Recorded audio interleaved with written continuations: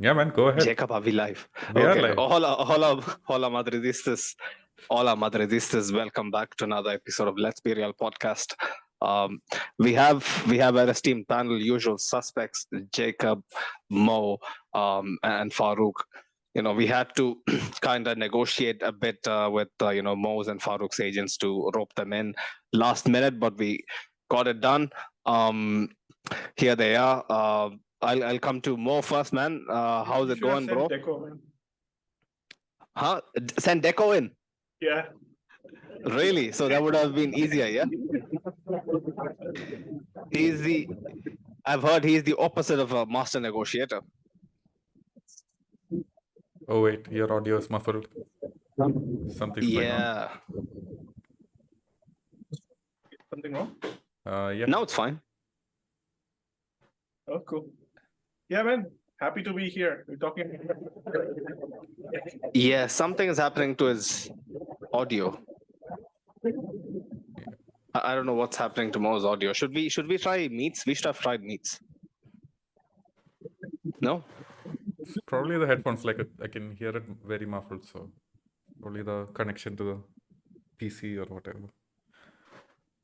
I don't think so, because Mo used to have issues with Zoom earlier, no? So to change it to Meets, we have to basically end the stream, yeah? Not necessarily. I mean, it'll still be an interruption. Right.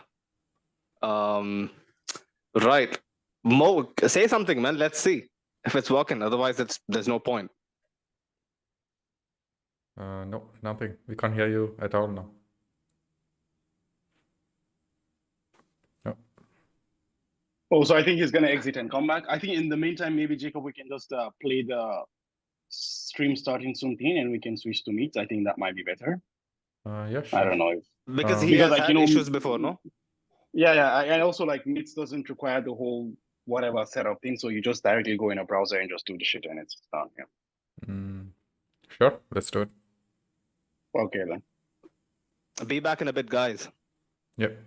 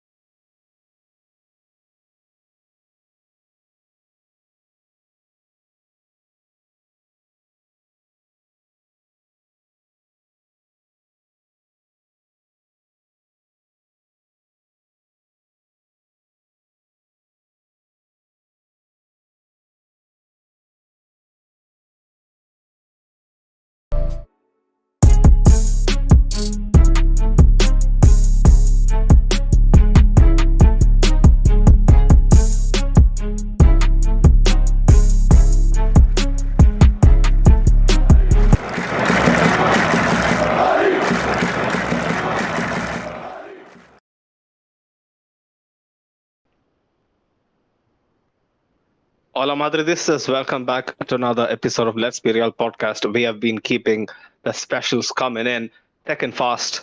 If you like what we do, don't forget to, smash the like and subscribe to the channel, man. I guess 5-6 odd away from 1K. I hope you guys, make it happen. Please make it happen because we have been doing this for make fake accounts and subscribe. 100%. It's a time to show support. Bot accounts, any accounts, we don't mind. 1K is the target. Was the target before the season ended? We are slowly getting there. But big up the panel, man. Usual suspects: Mo, Farouk, and Jacob.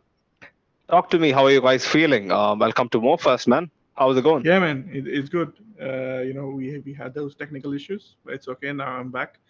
Hopefully, we don't have any more of those. Yeah, God willing. God willing, 100%. Touch wood, fingers crossed. Just happy to be here with you guys, talking around Madrid. So Right, of course, man. The pleasure is, likewise. But Farouk, bro, how is Milan treating you again? I'm just going to say one thing before Farouk starts. Farouk loves us so much, he doesn't want to go to the military. So. Oh yeah, true. He's basically ditching Nigeria for us. So big up Farouk, man. I mean, if someone comes and takes me, then I'm gonna, give you guys his names and addresses and phone numbers. You guys are responsible. We're gonna be having to do something like what Liam Neeson did, yeah, rescue you, right? You guys were holding me against my will. I wanted to, serve the country that I love. Oh, okay. Oh, he's gonna fucking twist the narrative now, yeah. Jacob should release the tapes, of our private conversations. Show who the real culprit is, yeah? Because the people listening and they don't know what Farouk has said, yeah? Farouk has some very strong opinions on everything under the sun. So, expect the unexpected. That's all I would say at this point. Yeah, man. Anyways, it's been good being here. Like, it's very very hot, and but it's fine. It's a change of place. And like before we came on, you were telling me you were pretty unimpressed with the chicks, man. In Italy, that's a sad sight, bro. Because I was hoping, Farouk finally, going off to Milan for some weke and mingling, blending in, Yeah, man. I mean, that's the thing, man. You have to leave some things for the boys as well, So yeah,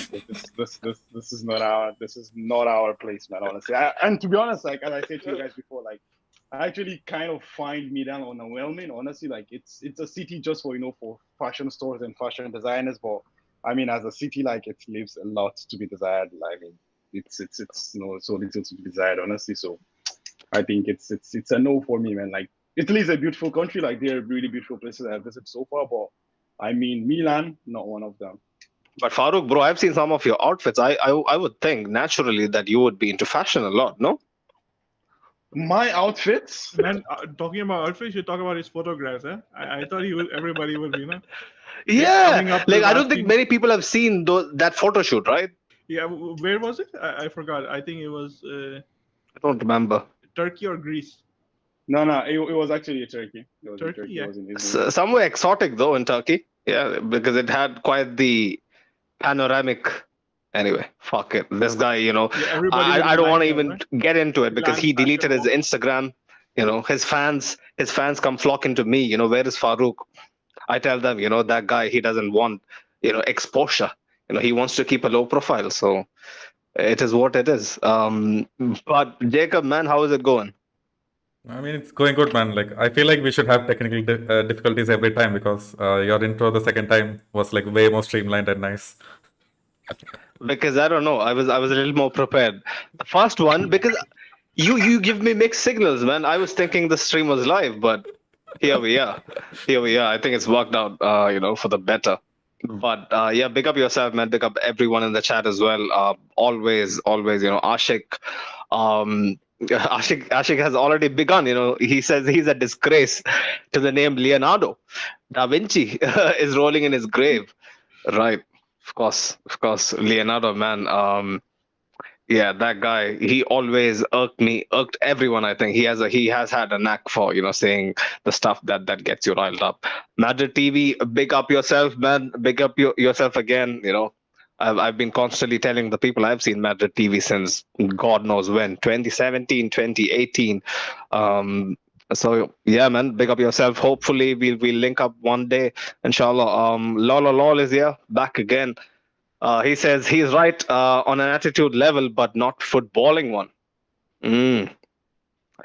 So where shall we begin? Who shall we begin with? Who's gonna be my information hub? Who's gonna basically read out, what Leonardo's statements were, so that we can, kind of talk about it. Jacob, is it gonna be you? Is it gonna be Mo? Yeah, I mean, I can do it, but is Probably it? Jacob. Probably Jacob. Is it? I mean, Mo can probably he's probably by hearted all of the quotes by now, so it'll be way No, more I impressive if he don't does know what he it. said. No, man, I don't know what he said. I just know like the highlights. Right.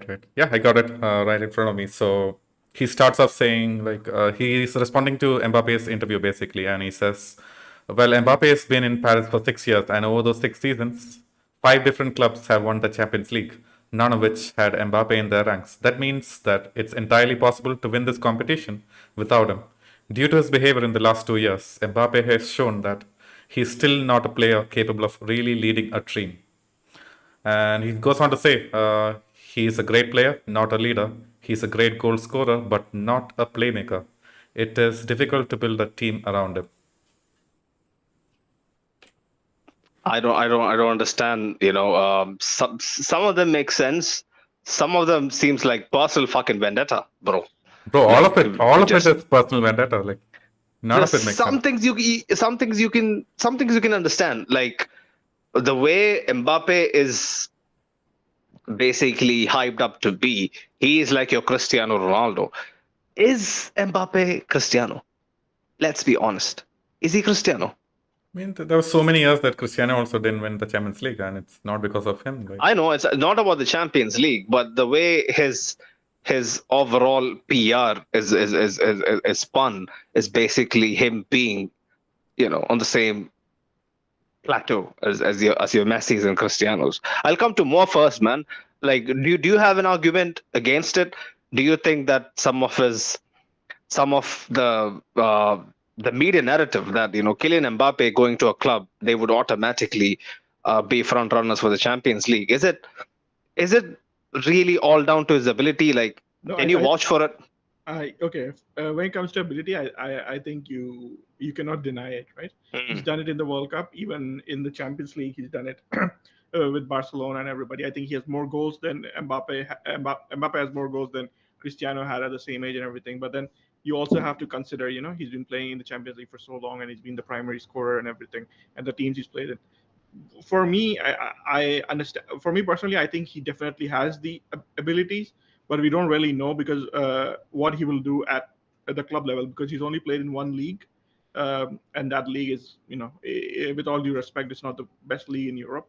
And while Cristiano at the same age have already done it in the biggest, like in one of the biggest leagues in the world, in the Premier League. So I think Cristiano was more proven. Mbappe has more to prove. But then you also have to consider the fact that Mbappe has won the World Cup, which Cristiano doesn't. But then the fact of the matter is that French team was pretty good. They had great players surrounding him. But then Mbappe still managed to make a name himself in all those great players. So you have to credit him for that. So for me personally, I think whichever team gets him, they will increase their level.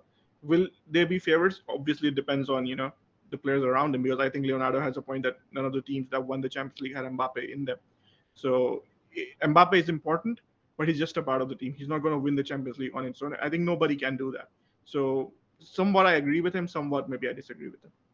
Nobody can do that, but you can argue that Cristiano, to an extent, when he was at his absolute peak, people would argue, like, even when he was quite younger, he used to be the point of difference more so than Kylian Mbappe. I disagree with that. If Cristiano alone could win it, what happened between from the time he came to Real Madrid till the time we won Decima, right? It took some time. 5 years. Yeah. Yeah. So winning the Champions League is like a lot of things go into it. You you need good players. Absolutely, if we didn't have Cristiano, we probably wouldn't have won it because Cristiano is like he's one of the differential factors. But then we also need the other players. So one player on their own, I don't think they can win it. It's a matter of team, you know. Farouk, bro, do you have something to chip in about this?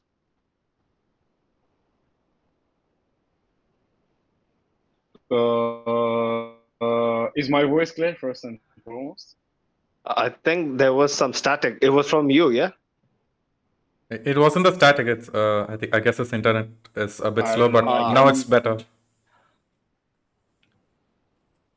I guess Maldini stole all his internet. So. It's actually like I don't know. It's because I can see here that it's kind of Okay. We'll get back to Farouk. Bro, just try exiting and coming back in. Maybe that might work. I mean, it should pick up. It was fine this way. I mean, I don't know, man. Those people are something else. Anyways, yeah, I don't know if my No. Farouk. we'll come back to Farouk you. is struggling. Okay, Farouk is struggling. Jacob, can you kick him out and ask him to join again? That would fix it, probably. I don't think so, man. Like we just have to wait it out until he gets back his internet back to usual. But yeah, Fair enough. I think it could be an issue with the bandwidth and stuff. So yeah. Right. Okay. So should we just move on to the second comment that Leonardo made? I mean, yeah, I think so. I think that one was like pretty inflammatory in one sense, but then if you reinterpret it, I think it makes sense personally. But Which then one? Which I one? The part about it being difficult to build around Mbappe. Can you read it out for us, Jacob? So that yeah, man. Like the sentence is basically, it is difficult to build a team around him. he just said that straight up, yeah? No, I mean, Ooh. let me just put it into context. He said it in the context that he said that Mbappe isn't creative enough and he's probably a better scorer, so it will be difficult to build around him. In that context, I think it's pretty difficult to swallow that comment because it's like it's a stupid comment. Mbappe is the best player in the world, and he's sporting director who's working with him. His responsibility is to put the best pieces around him, right? Not necessarily the best players, but pieces that are complementary to him. But I understand in a way what he's like. If you reinterpret it, right? If you look at it this way, for the past 2 or 3 years, Mbappe, all he is doing to PSG is like, I'm going to leave. I want to leave. I want to leave. But then somehow they always give him more money and he stays. So in that sense, it's pretty difficult because you don't have any stability. And then if you look at it from Real Madrid perspective, right? From 2021, we have been hearing from this guy that he wants to come to Madrid. He wants to come to Madrid. He's writing comic books and giving interviews and all that shit. So, but is he here? He's not here. So I don't know how you build around a guy who you cannot trust. With Cristiano, Real Madrid knew that this guy is going to stay, even if there were some disagreements in the way. But one more year. Yeah, I remember. You could trust him, but with Mbappe, I don't get that same feeling. For me personally, I think even if he comes here, like, what is there to not guarantee that 3 or 4 years down the line he goes around and says, oh no, I want to leave. My dream club is Liverpool or AC Milan. I just can't understand, because I mean, probably he wouldn't say Milan because seeing how bad the internet is for Farouk, but rest of the stuff, Fair enough. But man, honestly, like someone of his stature, I would in an ideal world, I don't know, the world has gone to shit. So for me, I just can't stomach it, like someone of Kylian Mbappe's caliber, I would see, like, we aren't here to judge someone on a personal level. Yeah, this isn't a scathing attack against Kylian Mbappe's morals, but someone who is looked up to by so many young kids growing up, someone who is destined for greatness. Like, we would expect a lot more composure and maturity and basically dealing with the press, dealing with adversity. I think that's the word. The word you use was maturity. I think when it comes to club football, at least, and making decisions about the teams and stuff, I think he lacks that. He lacks that stability. Maybe he's getting he's too torn between getting the money, playing for Madrid, or playing outside of France. So I think that's the issue here. He's being fickle over here because otherwise, when you look at Mbappe, you can't really. The other word you use was morals. We cannot judge him for his morals. So I agree with that as well because you have seen the work he's done with the French national team, and his work on image rights and not representing certain brands and stuff like that. I think that is pretty. You can commend it, you can respect it. So as a person, we don't really know Kylian Mbappe, and we know that his crusades, so to speak, have been. Crusades, man said crusades. Fucking hell. Right, okay. Yeah, his crusades against everything have been pretty good, but Mm. when it comes to his decision making about club football, I have to. I think it's like more to do with the tail of the times. The guys coming up, they're gonna be like Mbappe, man. Unfortunately, all this media Jude attention. Bellingham is coming after Mbappe, right? But let's put it into a deeper perspective, Mo, bro. Like Jude Bellingham is a midfielder. Like, yeah, he would get stardom, but is he ever gonna get the same level of hype as someone playing up front? No, he's not. No.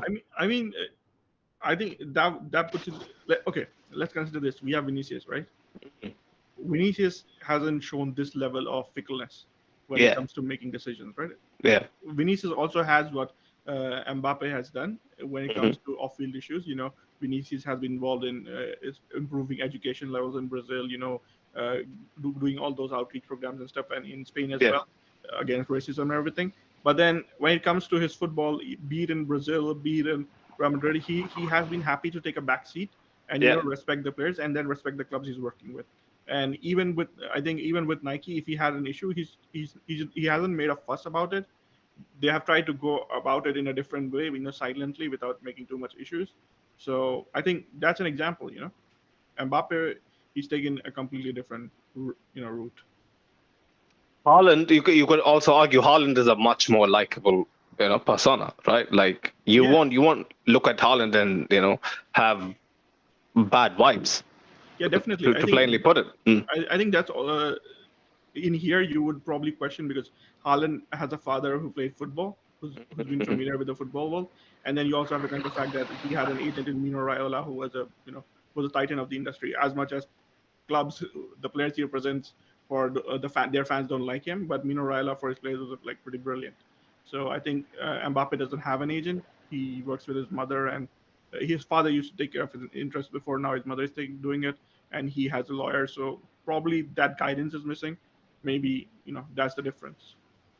A lot more pragmatism should come into Kylian Mbappe's overall decision making, be it regarding anything like PR, the clubs he plays for, how to go about stuff. Like it should clearly take a step up if he has to survive with Madrid, and that's the only reason why I think like we would completely transform the way he looks at things. I think that's going to happen.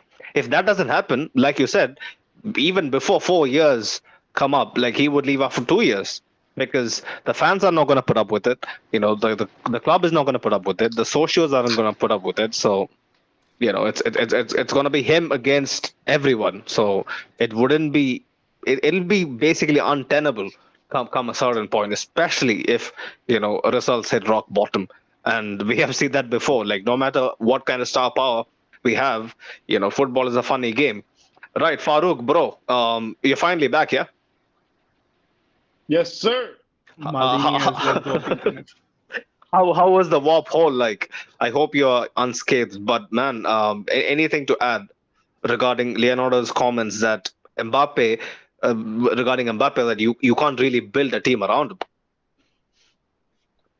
I mean, I think I will just, echo some of the things that Moa said. Like it's really, really, at least from my perspective, I think it's really, really, I mean, it's there, like it's a vendetta there, it's known that, his clan, like the Kylian Mbappe clan and Leonardo do not get along and stuff like that. So, that it's really vindictive what he said. Like, I mean, the first part of the coach, does it make sense? Yes, obviously 5 teams won Champions League in 6 years, which means that Kylian Mbappe is not the beat and easy to understand. You can find an alternative path to winning something that doesn't include Kylian Mbappe, which I kind of understand, coming from someone who, is, I mean, it's someone that you can consider like a sort of a legend of PSG or whatever it is, but you understand, like, at least for what he has done. Like, let's not forget, he was the guy who brought Zlatan and Cavani and all that. Like, that actually built the whole whatever PSG is right now, and it's because of what he had built in the past. Obviously the money helps as well, but I understand what he's trying to say in the sense that it is time to move on from someone who actually has so little regard for this club. In the sense that you can build a team around him, not because he's not a leader, not because he's not creative, but rather because of the level of disrespect he has shown towards this team. I think maybe that might be the perspective he is coming from. Maybe that's what he wanted to say, and then he went Quick off the rails question, and something Farouk. like Quick question, yeah. Quick question. Sorry to interrupt you. Like you said, the level of disrespect has basically made Leonardo, say all this vile stuff. Yeah. Do you think that the people of Paris, yeah, and the fans, the ultras, all of them, like they would resonate with the Leonardo more and look past the Mbappe, the Prince sentiment? Honestly, it's very difficult for me to say as someone who's never been in Paris and hasn't been with those guys. But what I would say is that for me, on my personal side, is that when you were just talking about earlier about the fact that hopefully Real Madrid will change him and this and that. But what I kind of football is a game of emotions. The point is, if Kylian comes and we're winning trebles and he's going and saying shit, no one will actually care about the shit, because the point is we're here winning trebles. You understand? But the point right now is that Kylian hasn't led them to the promised land. On the other hand, as well, about the issue of the glass ceiling that, we talked about in the group the other day, is that we went to a Champions League, I think, was it quarterfinals or round of 16 against Bayern Munich? I think it was round of 16 against Bayern Munich. And literally, Paris started with Zaire Emery and Vitinha against Bayern Munich in a knockout stage. In the second leg, it was Carlos Soler in the place of Zaire Emery. You understand? I'm sorry, but what do you want Kylian Mbappe to do here? Obviously, he's going to hit a glass ceiling, because even if they perform at their maximum 100%, they're still going out of the Champions League. You understand? So in that case, maybe the ultras will understand that, okay, Kylian has done his part. He scored 50 goals. I mean, even I think the high, you guys might, maybe I'm wrong or something. I think it was 72 goals was the highest goal in the calendar year or something like that. I'm not sure what Messi scored or what he didn't score. I mean, even Cristiano, I think, had 65 or something. That was the maximum he scored. You understand? And Kylian is already scoring 50-something goals. Then what do you want? What else do you want to understand? So from this sense, maybe the ultras might be more angry at Leonardo and, and the whole PSG hierarchy, because they're the reason that they're here right now. But from the little I have seen from the Paris fans, I know about them, although there is no Paris fan actually out there, but then anyways, it is what it is. They actually, okay, let Kylian go and let him just do his thing, and we can, find our way from here and what is now. But honestly, I think that if they had actually won something, it might be more tolerable. But the fact that they haven't won anything, I think makes it much more easier to, side with Leonardo in this conversation, honestly. But I think it's not just, one side to blame or something like that, but the level of disrespect. I mean, at least the attitude he has shown, at least to me, is considered as disrespect, honestly. It's something that I would find very disrespectful, honestly. Fair point. Let's get into a few comments, Jacob, if you can help me out. Big up Ashik. Ashik was actually saying, just because Mbappe doesn't go around elbowing players and breaking their face doesn't mean he's not creative. Leonardo should know that. I don't really get what that means, but maybe he gives makeovers or something. Yeah. Ashik also adds, Mbappe will not leave Real if he signs for Real Madrid. He can check out anytime he likes. He can never leave. Okay. I hope Mbappe isn't reading this. Lol says, difference between Mbappe and Cristiano is Cristiano's dream was actually Madrid. The guy literally rejected Barcelona in 03 just so in the future he still had a chance to join Madrid.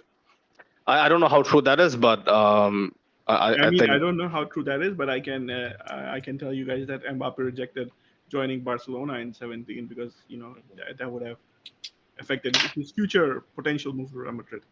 At least that was, he rejected joining Real Madrid as well in the same 17. I mean, that's a totally different story. Please ignore that, okay? You gotta buy into the narrative. 100%. Jacob's voice has some sort of a reverb. Oh, is it fine now? No, it still has some sort of a reverb. Like it's almost like you're in a church. Oh wow. The Okay. Church of One. La la la la. There is some reverb, but I think it's fine. It wasn't there the previous day. I don't know. It has been there from the start, so it's fine. Farouk, you were saying? Maybe Jacob has a guest. Who knows? Maybe, I don't know. Okay. Um, Anyways, right. anyways, I was just gonna say, like, the whole thing with Kylian Mbappe is that what we can tell right now is that he's such an unpredictable character. Like he will come. We will. What I know for sure is that, at least for me, I would love him on the pitch, but off the pitch, like, he's gonna be very close to being what Gareth Bale was at the end of his stuff. Like, he's gonna be someone that you might just feel like, okay, he does the shit, like he does, he handles business because he's that good. That's the truth, you understand? Because otherwise, honestly, like, I would say, like, nah, let him not come. But I know that he's that good, you understand? So that's why I know that he's gonna deliver on the pitch, but off the pitch, like, I just believe that we have to turn a blind eye, because I don't think that even our club is, big enough to, tame him. Like, obviously, like, no player is bigger than the club. But, like, I mean, about the stupid things, he will go along and say, oh, I need a pivot. Oh, we need to get that. Oh, we scored six, like, we won 6-0, but I scored just one goal. Vinicius should have passed to me. Something like this. I think it's something that's Well, going to keep Cristiano happening. was And I like that mean, as well, man. All of the Early days. all of the guys at the top are like that, except for maybe Haaland. I mean, everyone is like that, but, like, Kylian Mbappe is on a whole different level. I don't know, man. I mean, I used to believe that Cristiano was the godfather of it all. But then, the age we are in right now is everything is more amplified, so maybe because of that, I'll say this, right? I've never seen Cristiano Ronaldo give up on a play that I saw Mbappe do. If you guys remember. Yeah, exactly. Oh, Yes, the World Cup? Exactly. No, Yeah, it was no, for no, PSG. with Paris. Yeah, I think it was a Neymar, Messi. Oh, he was just Mbappe strolling, situation. right? I've seen that. He I've was seen running that. and then suddenly he stopped running. Yeah, yeah. See, that's the level of ego, these guys have fed him into, man. It's fucking scary, bro. Like, I've been in situations like that in life. Like, I'm looking back, like, I've looked like an idiot. I hope, Kylian Mbappe has the similar fucking feeling. Really hope so, I mean, this is I definitely a mean, story.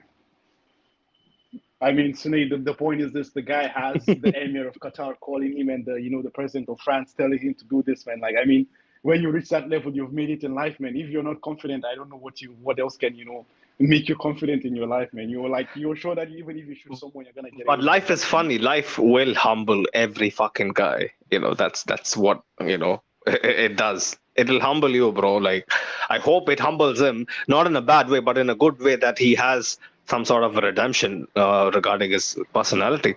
But lol here says, I hope you can find it, Jacob. It's a bit further back. Lol says also Mbappe's issue is he cares too much about public perception.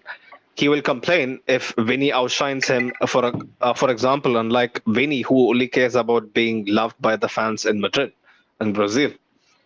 I don't I don't know, like, yeah, from the outside looking in, like, it seems like he would have that kind of a negative shade of um camaraderie to him. But, like, if things are going well, I don't think all that would be a problem. Danielson is here. He says, big up, guys.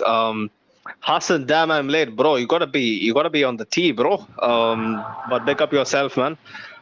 Danielson says Leonardo is just spilling out them. What's the background noise? The tram coming in. Oh, that's a tram coming in, yeah? Farouk, you just murdered some of our audio listeners later on. They're gonna, throw their phones. But apologies, people, man. Apologies. Farouk is, actually. Are you sure there are not some hidden bodies in the room you are? What does that mean? What does that mean, Mo? I mean, it's an ancient city, You never know what's buried. Right. Okay. That's man. It's fucking Gotham City here, man. I mean, okay, we're deviating it from the point, but the thing is this: we go on the metro and we come down and the wallets are gone. I swear to God, like, I mean, I've been never vigilant. I have been never more vigilant in my life. There are fucking 3 million people in Milan. In Istanbul, we have 20 million people. We've never lost our wallets, not once in 10 years. So people pickpocket you that often?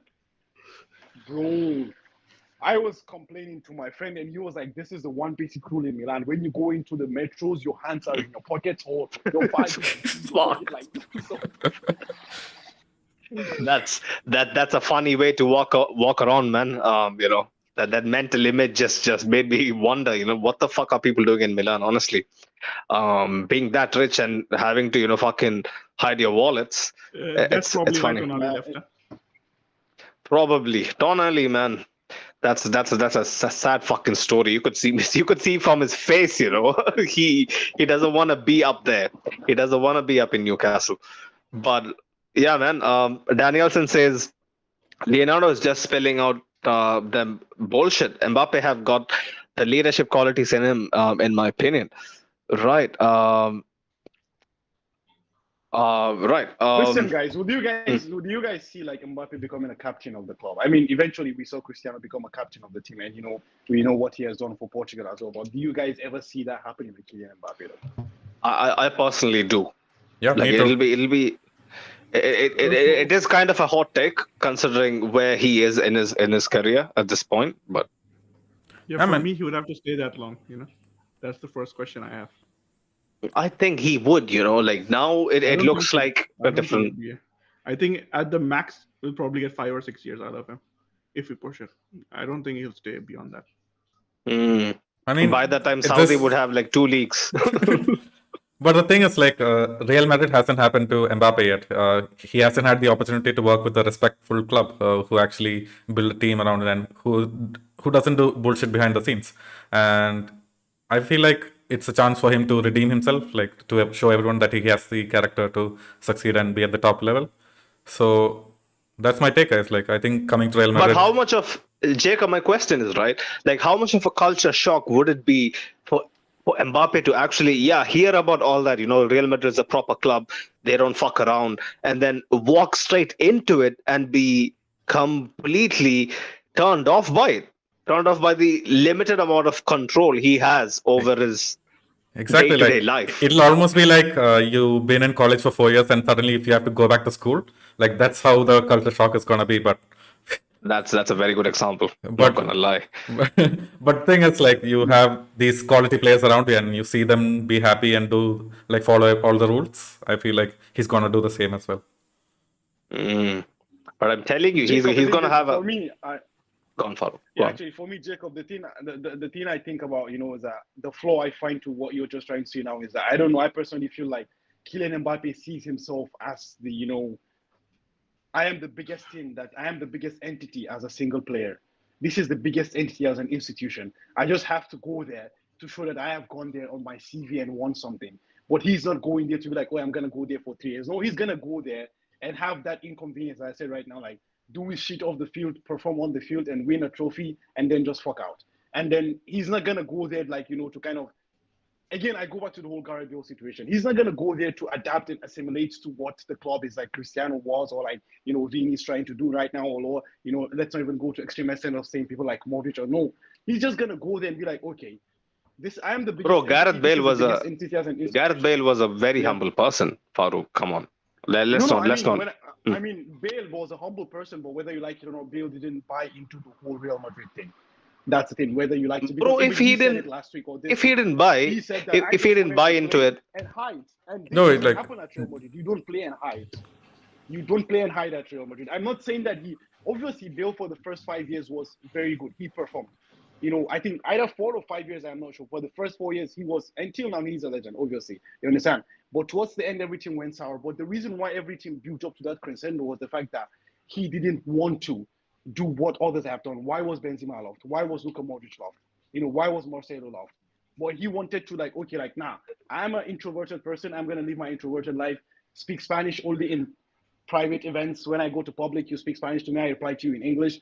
The press comes, no, I don't talk to you guys. That's your problem. All these kind of things like this. So this is what I'm saying. It's not about the fact that Bale was, arrogant or anything, but that's also an example of, not assimilating to the culture, you understand?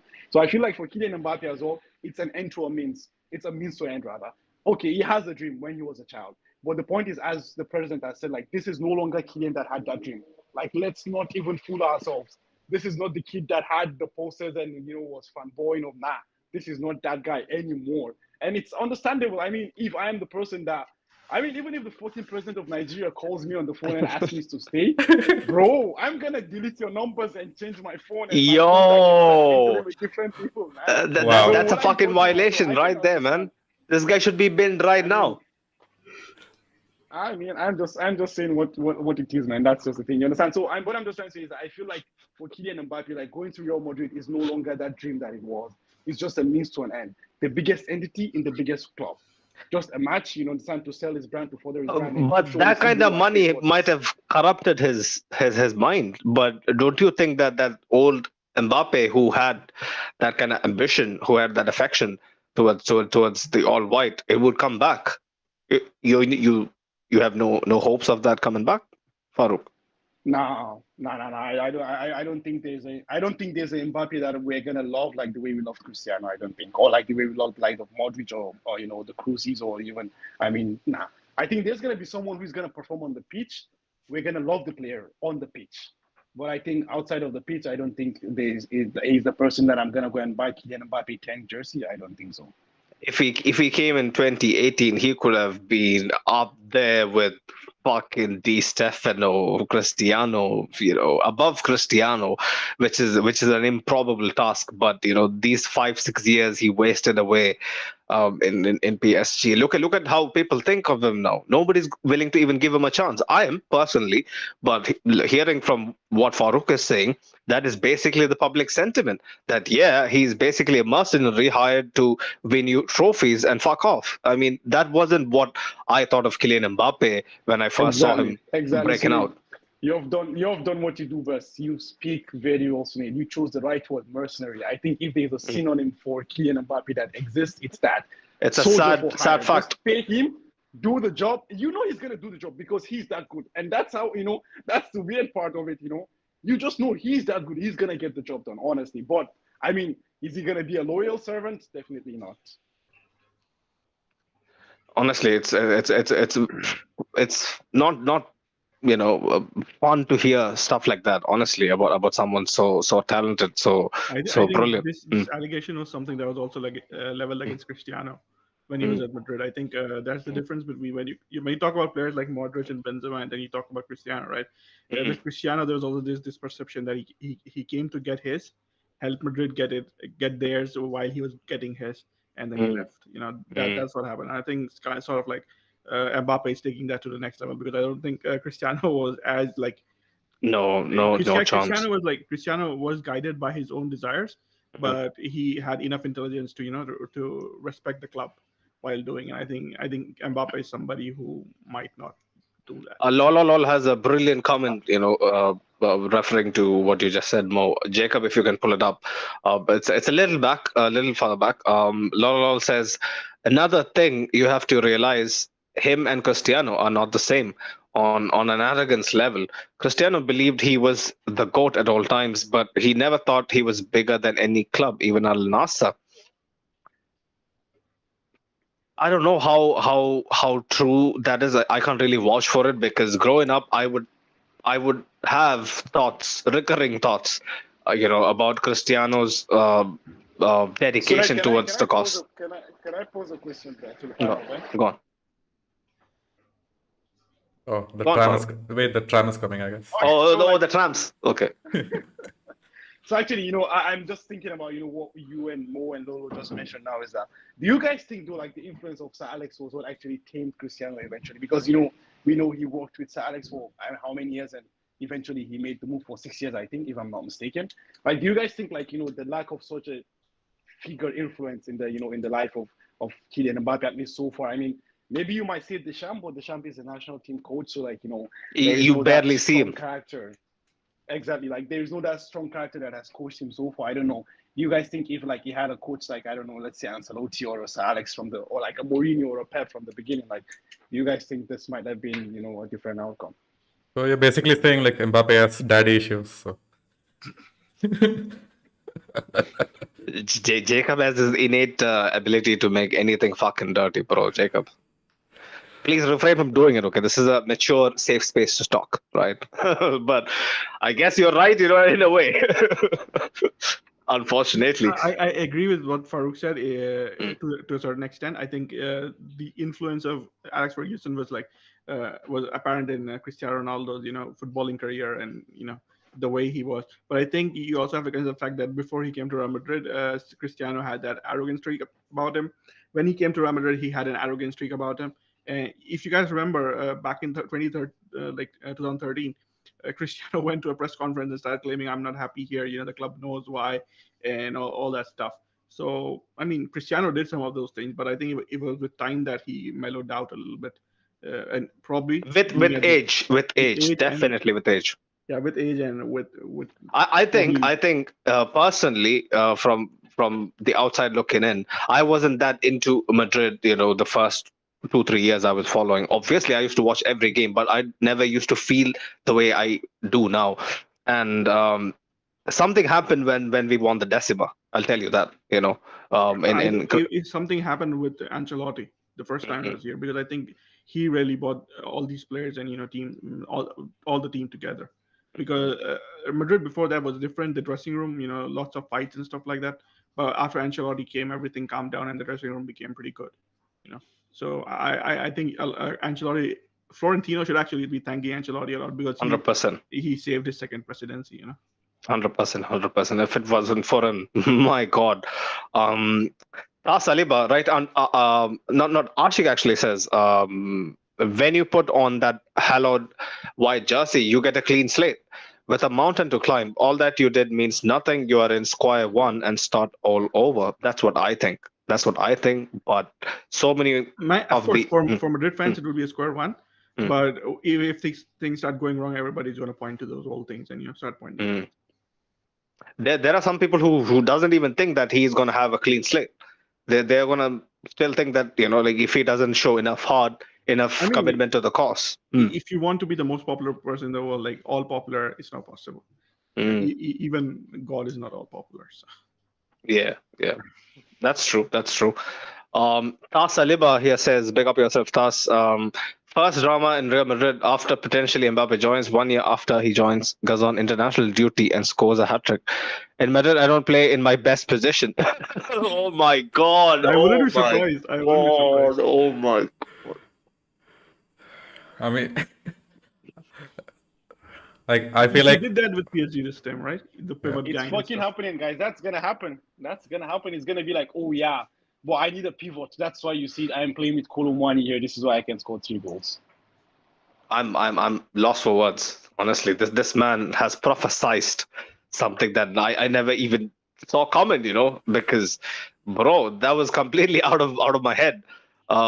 Something like that, could even be a possibility, but when you deep it. When the rumors first started about Mbappe coming, that was actually why initially I thought he was going to play on the right wing and Rodrigo playing centrally because because of the whole pivot gang nonsense that happened earlier this year at PSG. But now everybody's talking about Mbappe. Can you refresh my memory, please, Mo? What was the pivot gang controversy? The thing is, like Mbappe, when Gaultier came at PSG, he was playing Mbappe centrally, and he was playing Neymar and Messi alongside him. Right. But what happened was, like in the creative areas, Neymar and Messi were dominating. Neymar had like one of the best years of his career, years of his career, right? And Mbappe felt he wasn't getting enough attention, so he went to France, scored a couple of goals, and said that at PSG they don't play me in my best position. I want to play alongside a pivot like Giroud. So that's how the whole nonsense started. And the end result was that Gaultier had to change his formation. They had to switch to a back five, and like PSG season started imploding from them. My God, this man is poison. if not, taken in the right amount. Yeah, sorry to interrupt you. Go on. What were you? That's enough. That's all I had to say.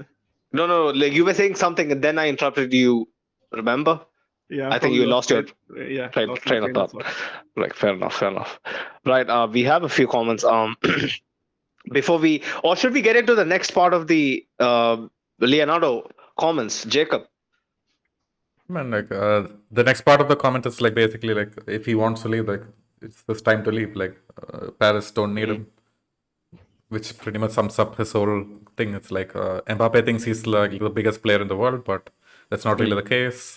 Paris don't really need him. He should probably leave. Before you speak, Sunat, Jacob, do you have access to the interview that Mbappe is doing today? I think he was supposed to start around the time we started our podcast. I mean, we can talk about something while I look it up. Yeah, cool. 100%. Yeah, just look it up on Twitter, Jacob, if you can. Right. I'll read out a few comments quickly. We have quite a few. Ashik was saying Mbappe joins Real and he'll be greater than Cristiano. Bring on the hate. I'm ready, baby. Right. Danielson says, let's be serious, mate. Oh my God. He's basically asking Ashik to, show some composure. Ashik, bro, you have seen much more than we have. You are the oldest head among us. Come on, bro. I'm thinking it's sarcasm because this guy has, jokes for days. Ashik also adds, Mbappe will be the second coming for Di Stefano at Madrid. Remember, Don Alfred Di Stefano was 27 when he joined Real Madrid.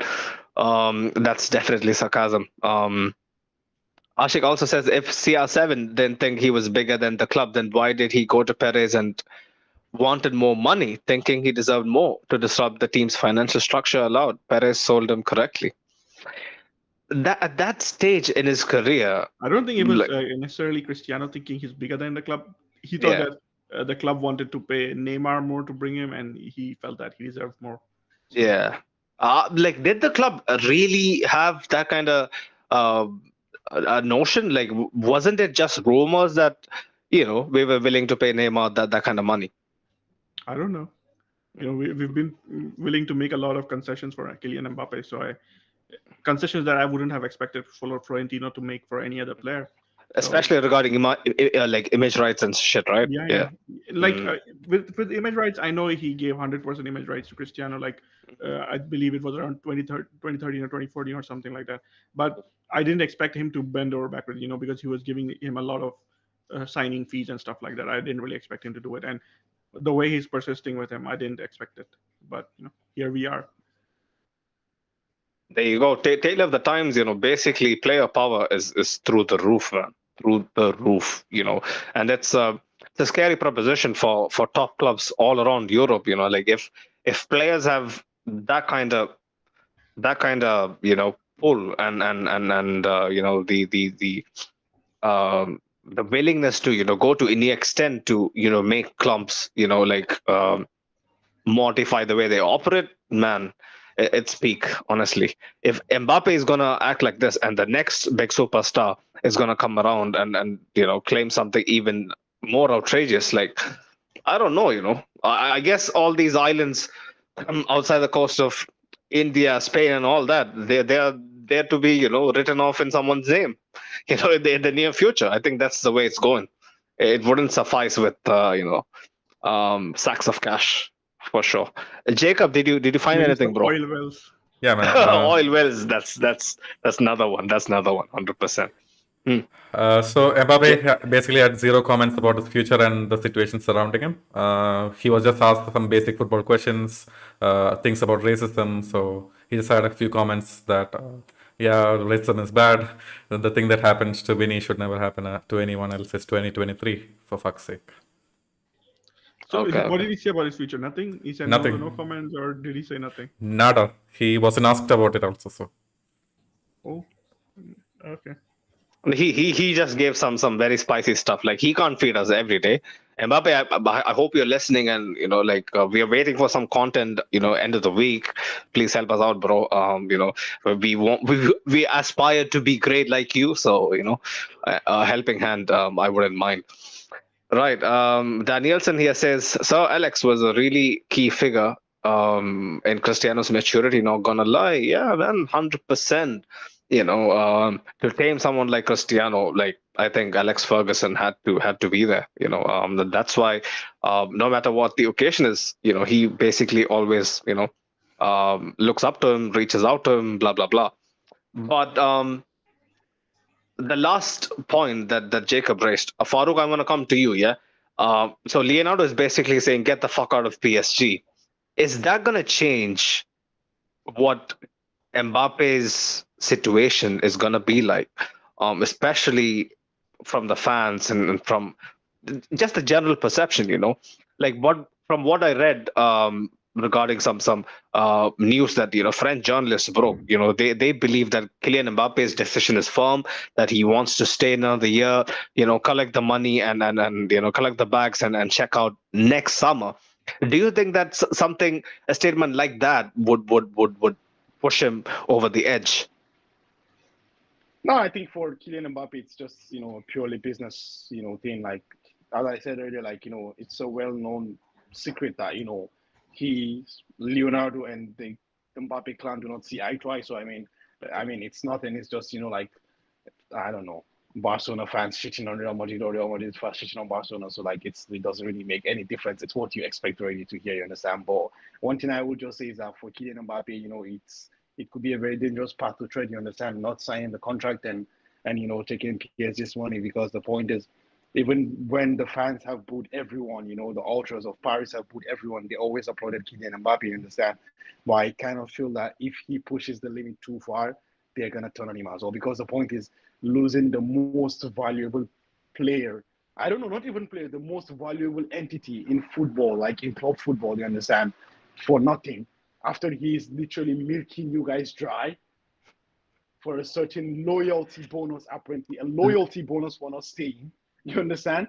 So I think that's something that might eventually push the ultras over the line, and I think he's gonna lose whatever whatever backing he has in Paris, and even with the national team fans as well. So he has to be really careful. You put it perfectly, Farouk. Like that's a knock, not just on a financial level. It's a knock on a egoistic level. Yeah, majorly, because like everybody knows it's out there for everyone to read, everyone to intercept that. Basically, Kylian Mbappe is playing PSG to, like you said, milk them and basically, like leave them behind to for pastures new to earn even more money. More. My question is, like, do you think that kind of, like Farooq just said, it's purely business for Kylian Mbappe? Like from the outside looking in, it also looks that way. But do you think that, maybe the fans might have a very sore memory of him, while looking back when he's older? Like, do you think that kind of thinking might come onto Mbappe's, Are you mind talking at about all? are you talking about the Parisian fans or Madrid fans or football fans? Parisian fans, because he would give a fuck about them, I 100%. don't. I think honestly, there's a simple issue over here is like there's a section of Parisian fans who've been fans of PSG before the ownership came in. Yeah, Before they came in, they were struggling. Now they're at the top, right? yeah. So those fans, they probably they understand why Kylian Mbappe is leaving, because they're probably happy, not be angry with the ownership and everything. But then there's a section of fans who's like angry with the ownership. They probably came after PSG got taken over, so they understand. They also, I think, understand why Kylian Mbappe is leaving, because at the end of the day, the people, the powers to be at Paris, they have made these decisions to give Mbappe the power to decide what he wants to do, and they have essentially handed him over the keys to the club. You have to just look at what happened last summer. Leonardo got fired because he did not have a good relationship with PSG. The manager before Gaultier, Pochettino, he got fired. Everybody got fired, and then those people were replaced by Mbappe loyalists, right? He brought in his own communications director. He brought in his own sporting director in Luis Campos, and then Luis Campos brought in Gaultier. So I think they handed him the ownership of PSG. They demonstrated a lack of maturity as to how they basically wrote the book as to how not to run a club. Lack of backbone is the simple way to put it. Yeah, I think they were pretty desperate with with the World Cup around the corner and everything. Now they're trying to show a backbone and everything. But I think for football fans in general, they're gonna be like, this guy is motivated by money. I think that's already that. And I was actually reading an interesting comment while Farouk was making his point. It was from Radio Marca, and a journalist over there, he said that Kylian Mbappe himself doesn't know what he wants to do. One day he decides that he's going to go to Real Madrid. The next day he decides he's not going to Real Madrid and he's going to stay at PSG. So that is the image that fans will have of him when he looks back. Probably after he's done. If he was to retire today, everybody will be like, yeah, great player but fickle player. Man, that's a scathing indictment on such a young kid, man. He's still young. People forget that, like he's still what, 23, 24. 24, 24. Yeah, like it's still, like, bro, there's so many years ahead of you. Like, I don't know why you would do that to your own PR, man. Um, like I'm pretty sure, like he'll have to work overtime to, really wash off these stains that has been caused by his entourage and himself. I Like, hmm, just if I say, that's the point I was making earlier as well, right? There is a lack of guidance for Mbappe when it comes to how to handle these things, because I think his mother, she does a good job. His father, when he was like, representing him, did a good job. But I think they kind of got lost in what, in the money that Qatar offered to them.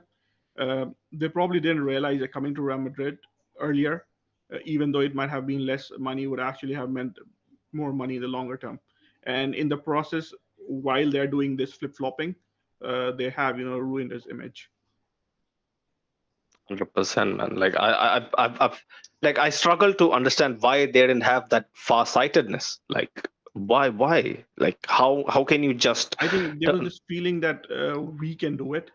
Why should we pay somebody else to do it, the job that we can? I think that was the feeling. Mm, Let me just give you an example. I think there was this Arda Güler stuff, right? When Arda yeah, Güler was initially the negotiations that were happening, there were some intermediaries involved, and I think his father was representing him, and there were some intermediaries. But then he hired Courtois' agent, yeah. so that guy came in, and everything kind of went smooth. But that intermediary kind of got left out of the deal, so he started leaking a lot of stuff and saying shit about his father and everything. But I think once the agent came in, the process got smoother, and the whole thing went, without a hitch. So I think Mbappe needs to look at something like that. Having an experienced agent probably helps in the long term. 100%, 100%. We have a few comments here. Law was saying earlier, it's about how they were raised. Cristiano came from a poor family. Mbappe comes from a well-off family. Um, is there truth to it? Isn't Mbappe from a middle class upbringing, or? Man, I don't know. Honestly, I don't know.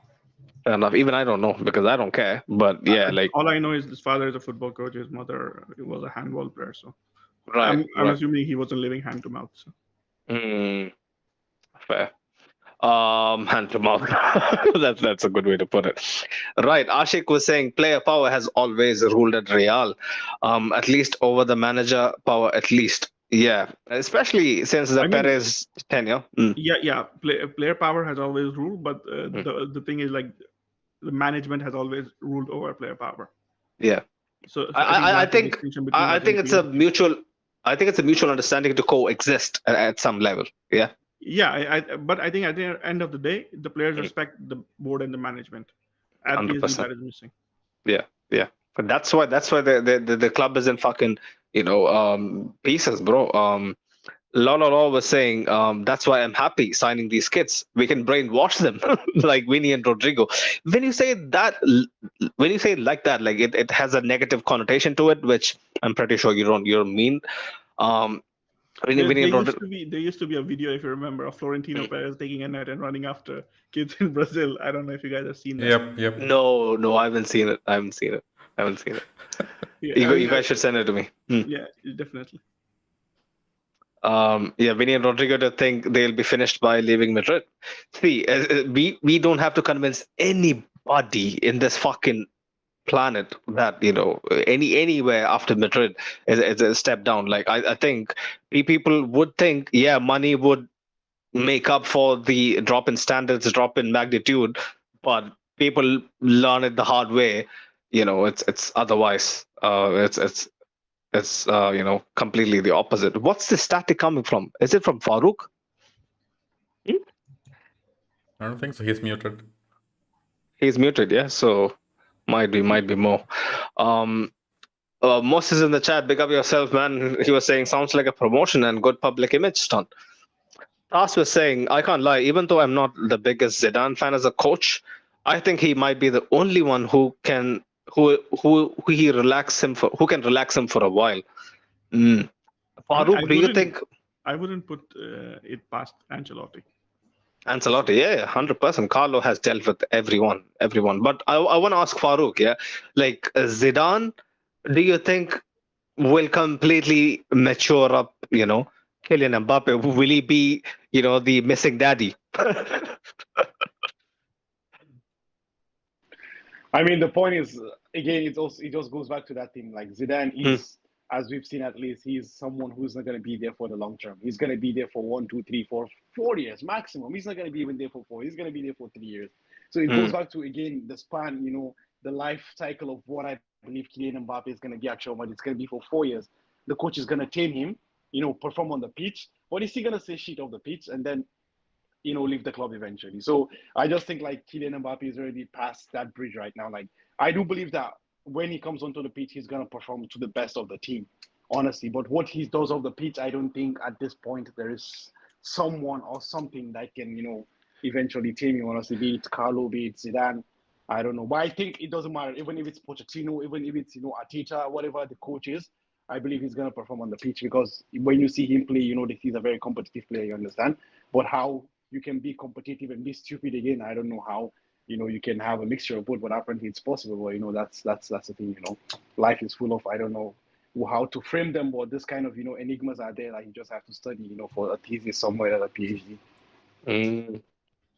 Well, there you go. I think Farouk doesn't give Mbappe a chance to have a daddy. Unfortunately, right. Who else should we get to? Danielson was saying you guys shouldn't forget the third coming of Zizou. He's certainly going to take care of the Mbappe situation, in my opinion. Yeah, I think that's what the feeling is because he's French, he's one of his idols and whatnot. So might be nice. Lol was also saying, lol, the ultras will never boo him. He's France's equivalent to Pele. Yeah, can't argue with that. They'll praise Mbappe for shitting on the owners as they don't like the owners themselves. He has a point. Lol has a point. Madrid French TV people are was very crazy, man. They're gonna yeah. shit on him like I don't know. Anyways, let's keep it safe for work. Let's no. The thing is, Mo, can you mute your mic when you're not speaking, bro? The static is really loud.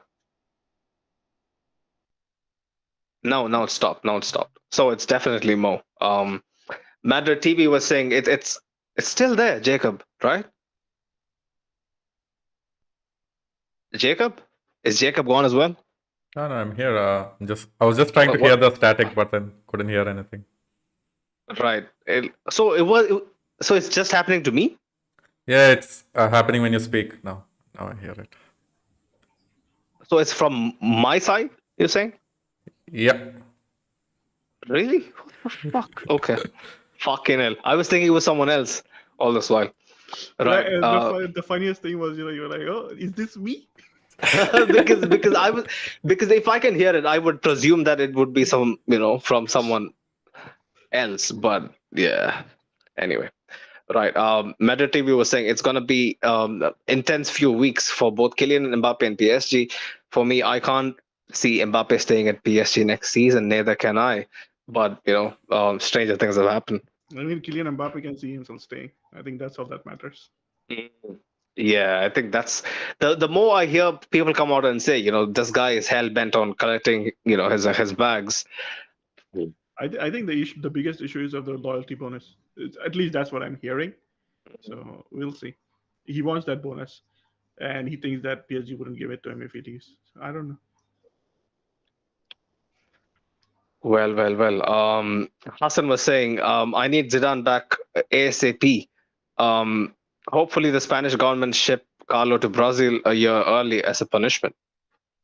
Really? I think Carlo needs his, big send off. Like I really hope his final year, is filled, is loaded with trophies and like brilliant football, and all of that. I hope he really, goes balls to the walls, for his final season as a club coach. Yeah, Right. Farouk is laughing. I know he would, but Farouk would be crying. The man said win trophies, fine. Brilliant football, Nah. And you know, Farouk is saying all this in Milan. Yeah, he's gonna get beat up, like proper beaten up if he says that out loud. But Farouk, bro, like Carlo I has mean, managed to. after stealing my wallet, I mean, I have paid the price already, so there is nothing left to pay. Right. So you have had your fair share of experiences. Um, Wait, let me just fix my thing. Yeah, right. Um, what was I gonna say? So it's me again. Yeah, the static you hear. It's not there anymore. So you didn't just hear it. You You don't didn't hear hear it. any static, by the way. Oh, okay, No, okay. So I it's didn't hear just any. my earphones. Fucking hell. Right. Madrid TV was saying, "Come on, show Don Ancelotti some respect, bro." There you go. Farooq, do you have anything to respond to that for the umpteenth time? He's gonna win the trophies, but are we gonna enjoy the football? I doubt it. Without Kylian Mbappe, I don't see us enjoying the football. That's just the thing. I mean, I'm gonna enjoy Madrid winning. You know, watching Madrid win trophies. So there's that. We all remember Farouk's face. Remember Mo Farouk's face? Champions League final post match. The Man, Liverpool that's one. that's that. Oh. That's a sight. I'm pretty sure. Like while I'm dying, like when all the life images flashes before your eyes, Farouk's glum expression. I want to go to sleep. That was a tiring day. I hoped it would end. That kind of vibes. Man, Farouk. For me, the iconic moment Farouk moment will always be that one. You know, the one that we cannot speak of on air. Oh yeah, that would make him basically antagonist numero uno. On this podcast. But big up Farouk, man. He's someone that's unwilling to change. Even through peer pressure, we try to influence him, but man, Farouk is a one of a kind. One of a kind. Tasaliba says, I'm only worried about the financial situation getting Mbappe. Does his t-shirt sales and added commercials gonna be enough? He'll earn crazy wages and bonuses. Don't wanna end up like Barcelona. Personally, we are never gonna bend over for him like what Barcelona did with Messi. That's all I know. I think I disagree with you. For me, it is contingent upon who comes after Florentino and how powerful they are. Because I think even Barcelona did not expect that they would end up in this situation, right? It was only because they had Bartomeu and he did the way the politics turned around him, and he didn't want to be in the situation where he was like essentially guiding Barcelona towards this route, and then also be the president who lost Messi, so he kept giving him those obscene contracts. So I think Madrid could end up in that situation if the next president after Florentino is not strong enough to take on Mbappe. Having said that, I think about financial situation, the issue is like Madrid expect to sign more sponsorships because you would have Mbappe. I have heard rumors that there has been this negotiation for the upcoming American tour as well because they are trying to renegotiate if they have Mbappe on the team. So essentially, we would get more money. As for shirt sales, I don't think that really matters because this has been talked about a lot. But shirt sales, the club doesn't get like a lot of Much, money. yeah. Yeah, Adidas. it's like if you're in the US, you probably know the concept of deductibles and stuff when you're buying insurance. So essentially, once Adidas makes a certain number of money from the shirt sales, after that they'll start paying us like 5 or 10% from each shirt sale. Before that, they don't really pay us anything. This is uniform for every player, yeah. Yeah. It's not player specific. It's like if Mm. the club makes a deal, I think the shirts bought in the club store at the stadium, the club will probably get a lot more money. But Right. outside of that, when you buy from the store and stuff, the club doesn't really get much. Okay. Fair. So I ain't contributing much, yeah. When I approach Adidas CA, fuck man. Anyway, right. I was hoping for something more, positive, but right. Yeah. The post Perez, situation looks very uncertain. I don't know how we would, handle that. That's something super scary. I'm not gonna lie. Um, Ashik was here saying for all the work Carlo has done at club level, he deserves a great send off, and I'm glad that he gets to end his club management career at Real Madrid. 100%. Lolo was saying on a positive note, Arda was looking like 18-year-old Messi in training, was making Cruz look crazy in the clips. Yeah, man. Anybody wants to speak about 2 days of training. Anything interesting that you guys saw? Oh yeah, like Mo was posting about it on Instagram, but it was basically like Pinterest running all of the new guys into the ground, and that The crazy. Pintusian Valley.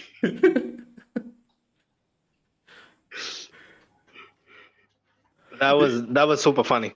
Yeah, I mean, for the people who don't know what Pintusian Valley is, it essentially means that Real Madrid, they'll be pretty good in the winter. They'll be pretty good in the spring.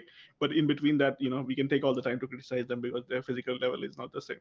So that's essentially Pintusian Valley. But yeah, it was funny. I think as for your initial comment about Arda Güler, I don't really think we need to pay too much attention to it because none of the internationals are there.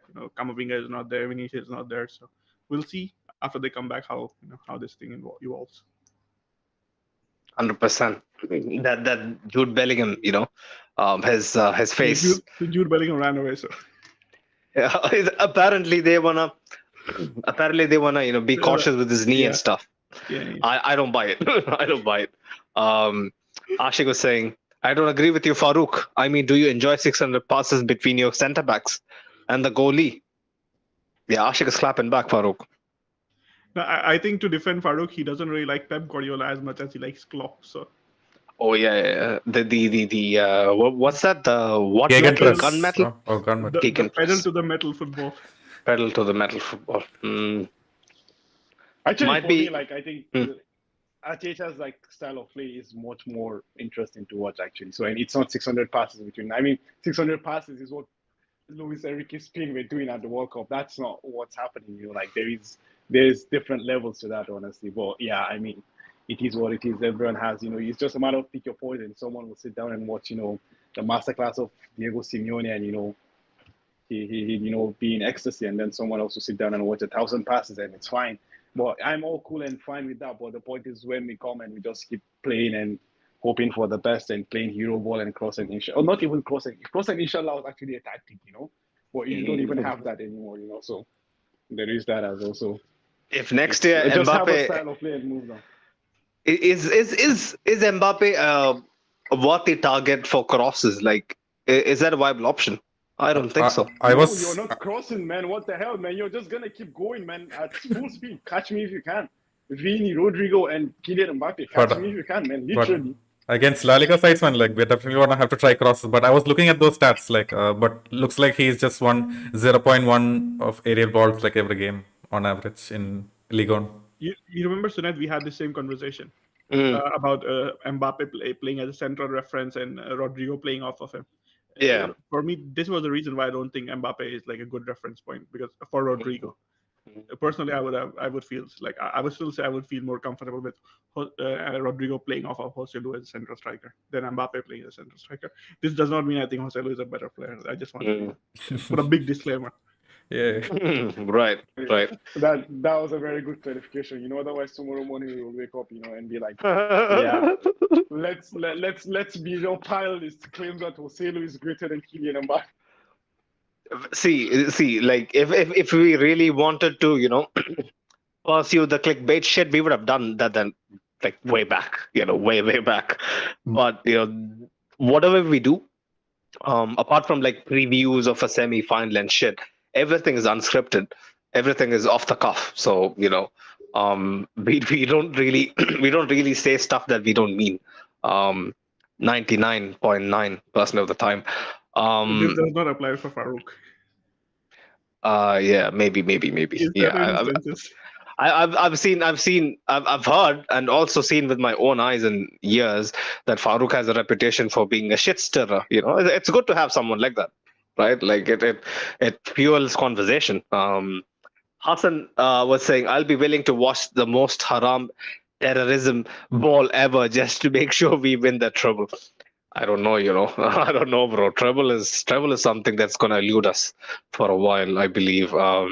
You gotta be inch perfect. The reason there are two things that there are two prices that Real Madrid paid to win so many Champions League. One is Copa del Rey, the second is treble. After this season, I will happily never win Copa del Rey if it means winning the Champions League. 100%, man. Like people go hang on to the hyperbole that treble means everything. Treble means you conquered your entire fucking, scope for a season, blah, blah, blah. I get it. I get it. You're basically invincible, yeah? But winning a treble happens very, very rarely for a reason. Like, they have to be so meticulously boring, in my opinion, to win a treble. The reason why we are special is because we are never perfect. None of our Champions League runs are perfect. None of our Champions League wins are perfect. It has so much drama, so much happening that I feel like it's more special than a treble. I don't know. Maybe. I do get the spirit that you're coming from. That watching football that's not perfect is probably more entertaining than watching the perfect piece of football with center backs playing 600 passes. But for me, like I think you the teams that have won treble, they deserve respect because that 100%, 100%. Like you wouldn't scoff at it. You wouldn't say, "Oh man, that's a nothing achievement." Nobody would say that. Nobody would say that. City's achievement a couple of months back was magnificent. Like what they did is truly commendable. To do us over like that and then go play Inter in a much more pragmatic fashion and do it that way also, man, speaks volumes. City was really good. Mus is in the comments. He was saying Ancelotti has won 2 Champions Leagues, 1 La Liga, 2 Copa del Rey, 1 Spanish Cup, 2 Club World Cups, and 2 Super Cups. All of that in 4 seasons. The guy deserves hella respect. Yeah, I'm here all day for that's Carlo the thing. Prop. It's not about disrespecting Carlo Ancelotti. All what you have listed are past achievements. The point is the issue of the right here and right now. I keep trying to pass this through, but I'm being painted as a anti-disrespectful. It's not about disrespecting. Mourinho is the best coach I have seen for Real Madrid. But the point is, do I want Mourinho to come back? Hell no, I don't want him to come back. And so Ancelotti, as you guys pointed, was a very important figure for at least our fans of our age. Because why? That transition from 2013 to 2014 was really important. And maybe no one other than Carlo could have done this. I mean, we had situations where people were having birthday parties and teammates were not showing up. We had issues of this was a rat, this was a mole. As you guys said, the dressing room was divided and all that. What Carlo has done makes him, a Real Madrid legend. But the point is, right now, is he the best person for the job? I'm sorry, I don't believe that. But that's all. You don't have to disrespect someone for that. He's one of the greatest coaches, maybe even the greatest European coach that ever existed. You understand? And he deserves that. But the point is, right now, no, definitely not. He's not the guy for the job. But that doesn't mean you have to disrespect him. That's not disrespect. It's just speaking facts, hard truth. That's just the thing. I hope he really makes you say nice things about him next year. I just hope so. I really hope so. Really hope what's so. What's gonna happen? He's gonna win the Champions League. Hasn't he won that? He's gonna win La Liga. Hasn't he won that? He's gonna win Copa. Hasn't he won that? If he wins another Champions League, it'll be massive. Like he'll have the same amount of Champions Leagues as Barcelona. Yeah, it's not going to be massive for Farouk, and it's not going to change his mind. That's what he's saying. Exactly. Jacob knows. I have said this, that Carlo will still win the trophies. But the point is he going to play me the ball? No, he's not going to play the ball. It's going to be hero ball again. That's just the thing. Throw it to Kylian Mbappe, let him do his magic. Just a question, right?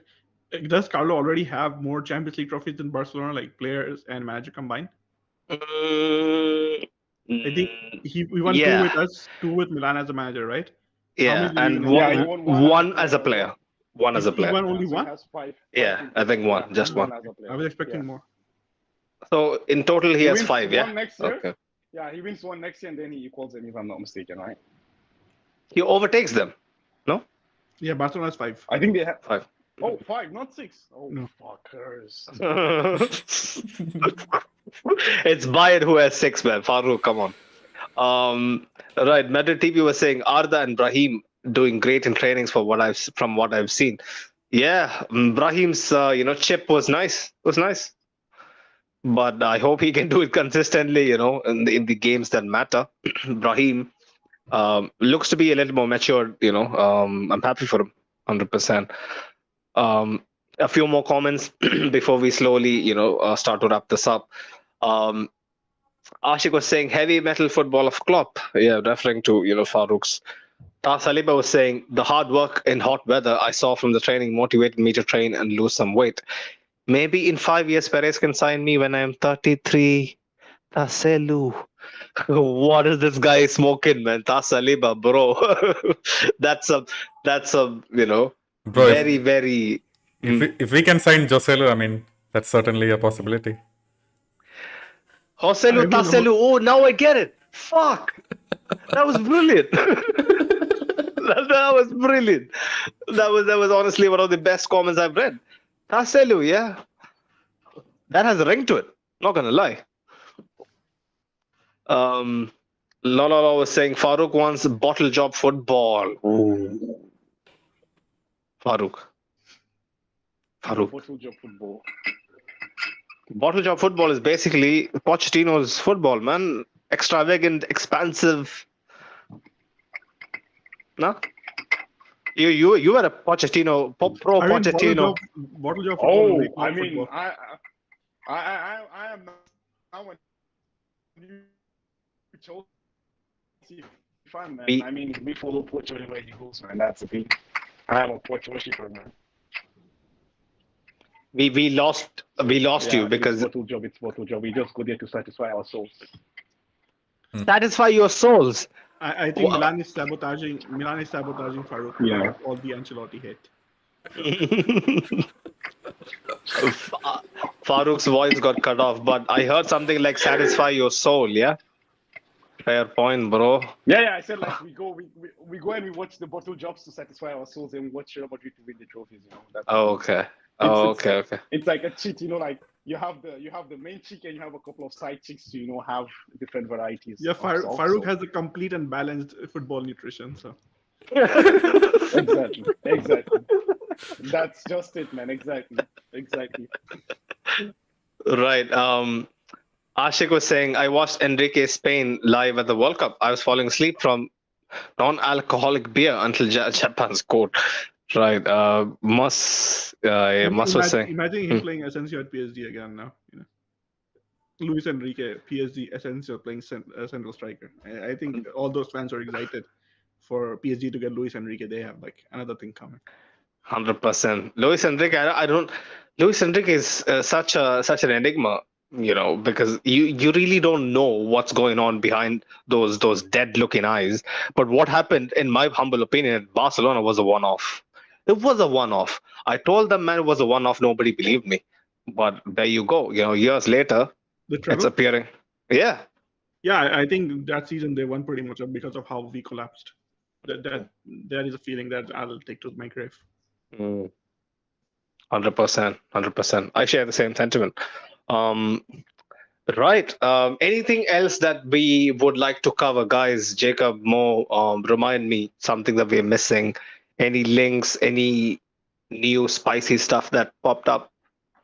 No, man, it's quite time we just enjoy the players, and the players are also enjoying. A couple of them have gotten together, posting some stories. It's all good to see.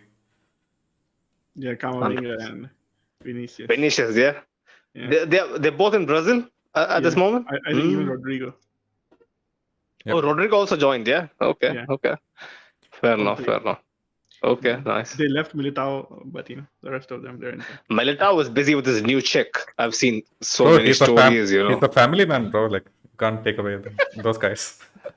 Who? Militao? Yeah, he just found another family, another chick. I've heard Militao's chick was a crazy one. His ex was the crazy one, right? Yeah. Militao seems like an okay guy, considering Brazilian standards. I think he's okay. What else? I've heard some Fresneda stuff popping up here and there. Frankly speaking, like people used to bring up Fresneda's name all throughout the season, but looking at how shocking Carvajal was, I used to nod my head. Okay, yeah, Fresneda. If it's Fresneda. But the more deeper I look at it, man, Fresneda is barely fucking average, bro. Like, I don't know why people have. Disagree. Like, I don't really know why you think he's average, but I disagree. Bro, he's good defensively. I don't think he's special. Yeah, I don't think he can lead our attacking play like how Carvajal used to do. I don't really think. See, Why I don't do you really not think that. That's my question. Bro, that's the thing. I get that. Just from last season, you can see all of his matches and his highlights. Like, he has some good defensive numbers. He does his job well as a right back, but then he's like kind of shit at attacking play. Yeah, he's kind of shit at attacking play because Valladolid is shit at attacking play. You can actually go and watch him play. You can make an argument for every fucking player that plays for relegated sides or on the verge of No, relegation. I mean the point of the matter is like you have to understand how Valladolid is playing, right? Does that play style give Fresneda the opportunity to join the attack and play expansively? It does not. That's a simple thing. The guy who's playing ahead of Fresneda is a right back, and he's playing at right mid. So that can tell you how defensive they are. But at the end of the day, to judge his attacking play, you have to watch him play at the Spanish under-19 right now that he's playing. He's combining with Gonzalo Garcia, who had a brilliant season under Arbeloa. So, and those guys, they're really dominating the right flank. So for me personally, yeah, I do agree that Fresneda is not ready for a Madrid move. I think he still has to develop, especially we have to see how he does in an attacking sense. But then Fresneda wouldn't be linked to clubs like Arsenal and Newcastle and Borussia Dortmund and Barcelona. Well, how much we mock him, but they are still a decent club if he wasn't a decent player. And his ability to play the ball and be, sort of an inverted fullback, I think that's underrated. I think on see what my point was here. Jacob basically nailed it. My argument was he is not exactly a two-way fullback like we need for this. I don't necessarily agree that we need a two-way fullback. The thing is, like, you have to consider the outlook of football for the next couple of seasons, right? Every team, their best player is going to be a left winger, and you want a player who can defend on the right side. So I think Fresneda fills that role, especially when you consider for the opposing flank, we're going to be having players like Alphonso Davies being targeted, and like you would admit it with me that Alphonso Davies does not have the best defensive contributions. So having a back three is essential to defend. So I think Fresneda can do that job, and still, he can decently participate in the build-up. Also, another thing that put me off is his lack of pace. Like, I mean, he is quick, but he isn't Hakimi. I don't know. For me, you know what is my thing? Yeah, I was so spoiled by watching even guys like Coentrao bomb up and down and do the business. So for me, in the future, when we look on to potential wing backs, like I would want someone in the ilk of Davis, who is absolutely rapid, who obviously has his defensive issues, but if you're fast enough, I think you can compensate a lot. But that's just me. I mean, Alphonso Davies lost his place in the Bayern team, right? Yeah. There has to be a reason behind that. So I think being fast doesn't necessarily preclude you from defensive duties. And I think Fresneda, the thing is, like, he's still 18. At 18, he established himself. He's had half a season in the top level. And, there is a reason why big clubs are after him, although he might not have the attacking numbers. And while, you might be right in highlighting the fact that he's probably not, playing overlapping his winger and, stretching out the defenses and stuff like that. But I think when he does his job, he's pretty good at it. And I think what he's been doing with Spain under 19s and everything, I think it gives me pause to consider investing in him, because I think at the end of the day, he's not going to be a very expensive investment for like 10 to 15 million euros. And to have that player come and back up Carvajal, I think he'll get his opportunities because of how often Carvajal is injured. So I think for me personally, it does make sense to make an investment in Fresneda when the alternative is to lose him to Barcelona. 17 million, right? Sorry? 17 or 20 million? No, I said 10 to 15 million. 10 to 15 million, yeah? Even better. But yeah, man, I don't know. Hassan was saying, yeah, Joao Cancelo is right there. We have discussed it so many times. Coming to Madrid. He's not, even Barcelona is not taking him. And his manager at City is openly talking about how bad his attitude is. So I don't really know why. We have discussed this countless times throughout the season, even during January, February. Like people were saying, Cancelo, but brilliant player, defensively lacking, but his off the field issues, is a huge deal breaker. It was for top clubs in Europe. Otherwise, he would have found a home, for his skill set. Like he would have had so many more suitors, Right. Lolo was saying Fresneda is very good for his age. Yeah, some people have, have the notion that he is ready. Farouk used to say that Fresneda is pretty good. Bro, Farouk, you didn't think that has changed yet, have you? Your opinion on him? No, I think I just would echo I think all what you guys have said in summary, in the sense is that he's there available on the cheap, and he has first team experience in La Liga, and I mean, in my opinion, he's a very huge upgrade as a backup to Carvalho, considering like the other alternative is to play Lucas Vasquez. You understand? So I feel like and that's the thing. Like you're not asking him to be a starter today. You're easing him into the role eventually. So I think it's a really good investment to make. But will the club eventually make that? That's not something I'm too sure about, honestly. But then let's see how it goes. But I mean, based on what I haven't watched him too much, but the couple of games I have seen, I mean, I was really impressed by him, honestly.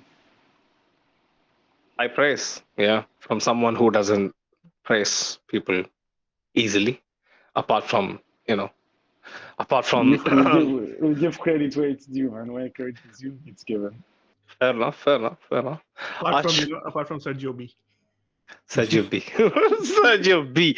The way, see, if someone who didn't know anything about Busquets and football, and he overhears a conversation where Farouk is literally raving about Sergio B. Sergio B. The other guy would think it would be B for bitch, right? It's such an easy, way to mistake it. But yeah, man, Farouk has some unique ways of navigating life. One is calling Sergio Busquets Sergio B. There you go. It's out there in the world, Farouk. If you get questioned years down the line, I'm sorry, bro. We had to. Ashik is saying Cafu wasn't fast either. Speed isn't everything if you have positional awareness. Well, if you're comparing himself to one of the greatest, fullbacks of all time, Cafu, I've seen Cafu literally, juggle the ball between two guys for fun, like 3 times, 4 times.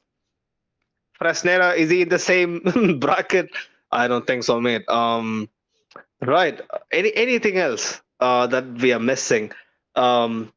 Couple of people that hasn't trained with the regulars with the first team from Castilla. Arribas didn't train, yeah. I think currently everybody's training together. Castilla and Real Madrid. I think with Arribas and Carlos Dotor, and there's another guy, Rafa Marin. I think these 3 players the club wants them to leave.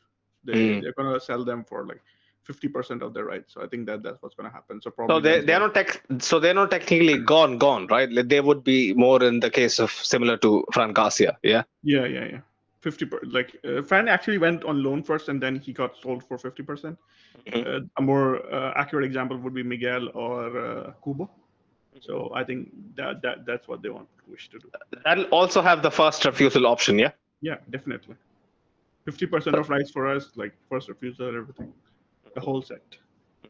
So I think that's a very, very good decision, because I'm pretty sure at least one of them will have some sort of a career with us. I think personally, neither of these 3 will come back. Maybe Rafa Marin, probably. I think Arribas is going to have a good career, but I don't think he'll come back to Real Madrid. Carlos Dotor definitely going to play in La Liga, but not coming back to Real Madrid. Carlos Dotor, I have no hopes, but. Yeah, but Rafa Marin is a good shout. Rafa Marin is probably the only one, but let's see. It depends on which club he goes to. Fair enough. Also, I love the new training kit. Yeah, it's so fire. It's so fire. It's honestly better than the home kit. I don't know how they managed to fuck that up so bad, but it is what it is. Big up every single one of you in the chat, man. Big up yourself for joining us every time on such short notice. Like we don't schedule it early. I'm super fucking busy. I schedule it midway through my work, and it's all just make happen at this point, because people are basically on vacay. I had promised the guys that we would take some time off, but unfortunately, this summer has been a lot more exciting. So we are also motivated to take the time out and do some episodes, man. We are like 5-6 away from 1K, I guys. think it's Vinny's birthday. Oh, when? Yeah. I think it's supposed, like in my time zone, it's supposed to be tomorrow, but I think in Spain it's already started. Okay. Feliz cumpleaños, Vinny. Man, I hope he has a brilliant year. One more, just one step more for true greatness. How old will he be? 23? I'm not sure. Probably 23 though. 23, yeah. Yeah. Yeah, hopefully he has a much better year than this one in terms of collective achievements at least. Also, big up every one of you in the chat tuning afterwards as well. We are just 5-6 odd away from 1K. Ashik, bro, send out the link to your mates, get it subbed and done, get it comunicado oficial before at least the day ends, man. It's a matter of 5 subs. I hope we get the job done. Honestly, it's been going on for so long. I literally had so much excitement when we were at like 950, but then we dragged on for like a month and a half, I think. So yeah, hopefully we will get it done ASAP. Big up our audio listeners as well. Again, I want to thank all of you for making our preseason specials from this year one of the top 5 most played episodes of all time. Again, I want to reiterate, I never thought that would happen, but here we are. It's all because of your love and your constant support that we are here, always ready for making some content. Again, keep reaching out to us with positive, negative feedback, anything, suggestions, people you want to see on the show. Also, I wanna tell you that we are actually having another Arda Gula special in the pipeline with the lead of content for Transfer Market Turkey, Lara Karakan. Hopefully this weekend. She is such a lovely person. She like immediately agreed to do a podcast amid a busy schedule. So big up herself. Also, big up Turkish for showing us some love on Instagram. It's an absolute pleasure, to honestly, we never had the opportunity to work together, but hopefully Arsenal and Real Madrid are in the same group. The chances are, very likely from what I hear. We might have something to do with the Gunners, next season. So yeah, man, big up Turkish, big up Big Six, big up Big Steve, Matisse, Tobes, every single one of them for always showing us love and affection. Right. Also follow our partners, Real Madrid Committee on Instagram. They run a brilliant fan page. Do check them out. Until next time, people. Ala Madrid. Hala Madrid. Hala Madrid.